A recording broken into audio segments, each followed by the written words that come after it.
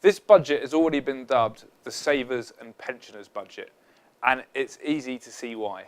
All the eye-catching measures centred around the new pensioner bond, the raise in the allowance on ISAs, cash ISAs, and the increase from 30,000 to 40,000 and going on to 50,000 in the cap on premium bonds. Good news for savers then, but what about business? Well, whenever the budget did veer into the territory of business, it centred almost exclusively on big business. So, for example, the rise in the investment allowance is good only for businesses which are able to afford £500,000 worth of investment. Likewise, the cap on the carbon price floor is aimed just at the larger companies. No direct help then for freelancers, but these are the clients of freelancers, so freelancers may feel a trickle-down effect in the longer term. There were one or two measures which would help self-employed independent professionals and freelancers.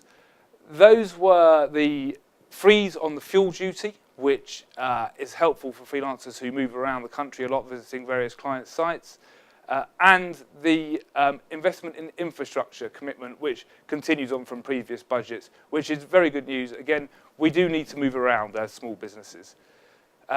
The other thing, of course, was the extension of the childcare package to include self-employed workers. This is a very positive step, as it shows for the first time the government are beginning to think about how their policies can help not just those in traditional employment, but also the self-employed. For many, though, budgets will always be about the headline tax thresholds.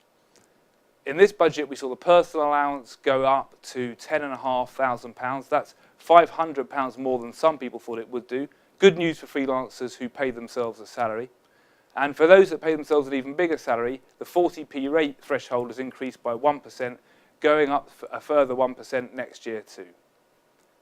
There were one or two concerns that remain. PCG did talk to the government previous to the budget about their plans to introduce the onshore intermediaries legislation. This is legislation which targets tax evasion. The Chancellor is right to target tax evasion, but he must make sure that in doing so he does not inhibit genuine self-employed businesses which are driving the economy forward.